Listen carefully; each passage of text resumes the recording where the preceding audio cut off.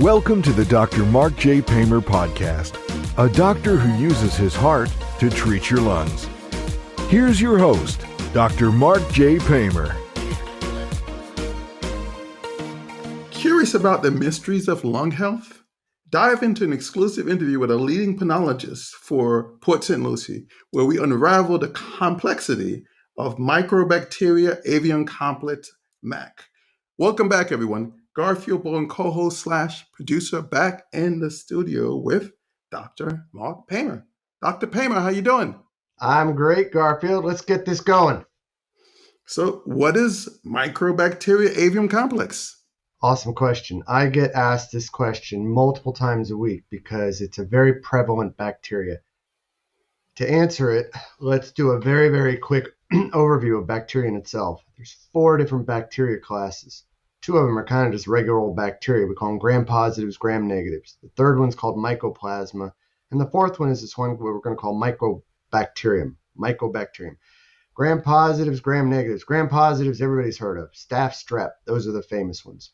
Gram-negatives, E. coli, Pseudomonas, everybody's heard of those. So that just has to do with how they stain the bacteria and really whether it turns pink, blue, whether it's got a slime layer or not. That's your usual bacteria that we're taking antibiotics for. That third one I talked about, mycoplasma, they're tiny little bacteria. They live in, they get inside of the cells. They've got some stuff in common with fungus.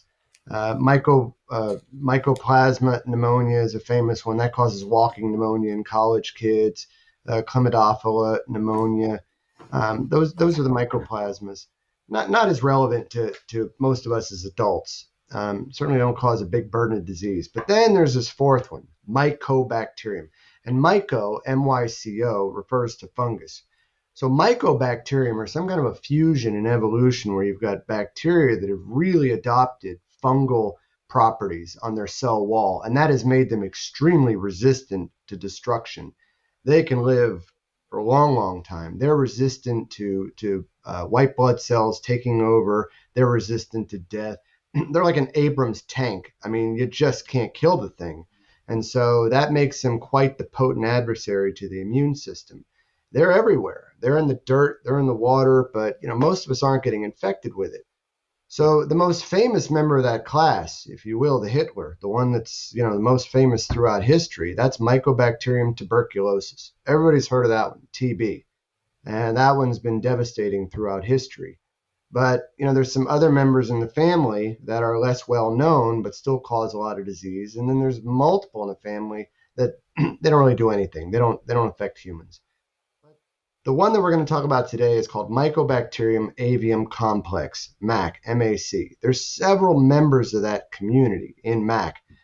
Mycobacterium avium is a famous one. Mycobacterium intracellular is another one. You've got Mycobacterium avium intracellular, MAI. There's other members in there. We're not going to go through all 8 of them. But MAC is the group. Now, MAC's everywhere, as I said. It's in your shower water. It's in freestanding water. It could be in your hot tub. It's in the dirt when you go gardening. I mean, it's everywhere. You can't get away from it. But the reality is we're all not walking around with MAC any more than we're all walking around with strep throat or anything else. Something happens and some people get infected and others don't. So the people who really kind of get infected with MAC, it may just be bad luck, but there's something, there's an indictment there of the immune system where this pathogen has been allowed to be, engulfed by the cells, and now it's set up shop. And it's created perhaps an infection that may or may not be relevant. So people may get some little lung nodules that are picked up just, as a happenstance, and we'll follow it from there. Or they may present because they've got cough. It may be a very, very advanced stage where they've had significant lung destruction with what we call bronchiectasis, all kinds of nodules. They're coughing up sputum. That would be a much more advanced stage. But we may find it very, very early. We may find it completely asymptomatic. Not everybody that has this needs to be treated, that's for sure. Now, MAC is not necessarily difficult to kill, but it takes a long time to kill it. It usually requires at least 3 antibiotics. It's at risk of becoming infectious if you mess around with it and you're kind of going to start-stop on the antibiotics. even once you start to treat it with a significant regimen of usually 3 antibiotics, rifampin, azithromycin, ethambutol, that's the most common regimen.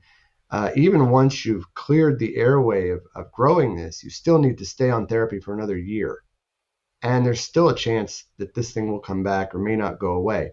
There's a national center out in Denver, National Jewish, who is world famous. They're the world leader in MAC and mycobacterial diseases. And many people travel there, and they've got state-of-the-art testing and diagnosis and treatment. That's certainly where I send my more refractory patients. But the diagnosis is, you cough up sputum, got to grow it. It takes 6 weeks usually to grow it. And then I have a discussion with patients on the treatment of it. Some patients want to get treated. Some people don't even need treatment. Some we just watch it, but some really do need treatment. And from there, that's a prolonged course. So one of the things that's interesting about MAC is I think most of us tend to see the same general person showing up with MAC over and over. Not always, but the majority of people I think in the offices showing up tend to be women. They tend to be thin to medium build. And the MAC usually is in the mid zones of the lungs, the right middle lobe and what we call the lingula. Over here, if you thought of it as the left middle lobe, that would sort of be accurate, even though it's a pocket off of the left upper lobe. But this mid zone, in thin women or medium-sized women, dry cough, bronchiectasis, that's what we call it, these enlarged airways with what we call a tree-in-bud nodularity in those mid zones, is many, many times this atypical mycobacterium that's growing in there. So it's interesting that it's the same physical appearance of people that keep getting the same infection. That hopefully will work itself out in the genetic understanding in the years to come.